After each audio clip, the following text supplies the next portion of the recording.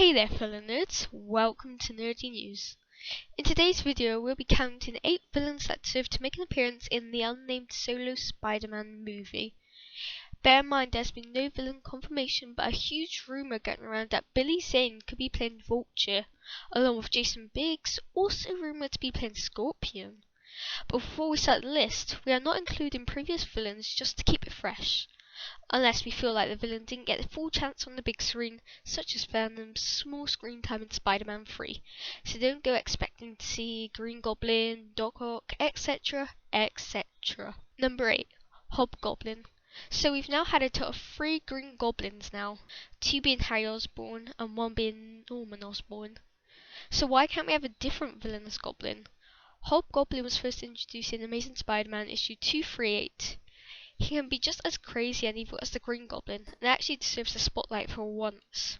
Number 7. Scorpion. As I mentioned earlier, Scorpion is rumoured to be played by Jason Biggs. Anyway, Scorpion is a deadly foe and has similar strengths and can in some areas exceed Spider-Man. If they were to introduce Scorpion, it would be good for the introduction of J. Jonah Jameson, who hired Scorpion in the comics to get Spider-Man for him. Number 6. Shocker. He's a pretty weird villain, but he is more one of the villains who doesn't specifically hate Spider-Man. He is not the most powerful villain, but even if he had a minor villain role, it would still be interesting. Take in mind he's more of one of the villains who just prefers to rob banks. Shocker is more of a person I'd imagine being hired to take Spider-Man down. Number 5. Kingpin. After being the main villain in Netflix's TV series Daredevil, his character now exists and has been established into the MCU. Watching him made me realise he is more fretful than expected. I mean, I thought he was just a weak fat guy. I was proved so wrong though. He was really interesting and a highlight of the show. Now, most know by now that in the end of Daredevil he was shelled, but we know he'll most likely escape, maybe to pay a visit to Spider-Man. Number 4. Kraven the Hunter. Definitely a strong-muscled character who is fun and worthy of being a villain. He was first introduced in Amazing Spider-Man issue 15, one of the first and most original villains. Also, they should follow his most well-known storyline. Whether or not that Sinister Six movie actually happens, let's have Kraven's last hunt. Number 3. The Symbiotes.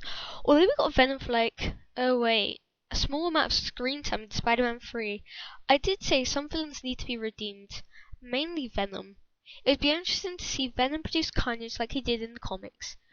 Maybe at first the symbiotes team up on Spider-Man, then they turn against each other, and then we could possibly see Venom and Spider-Man team up to take down Carnage, in this case the bigger threat.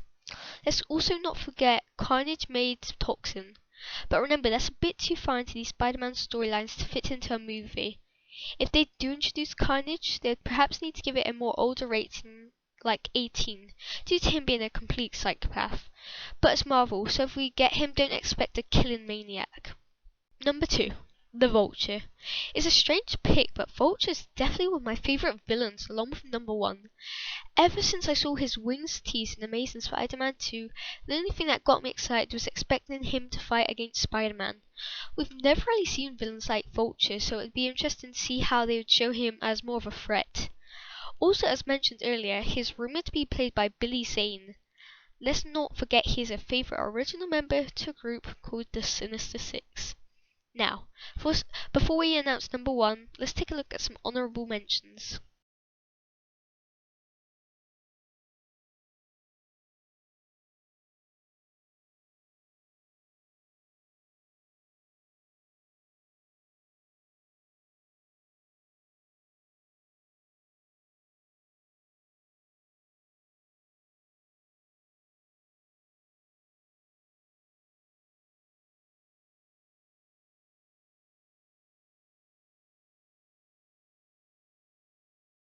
Number 1.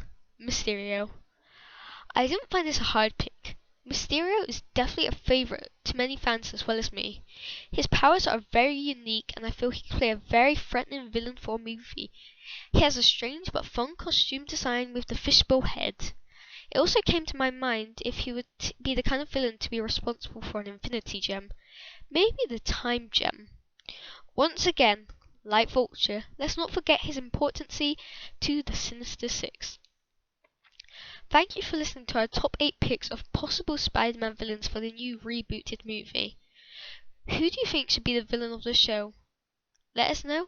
Thank you for watching. Goodbye for now.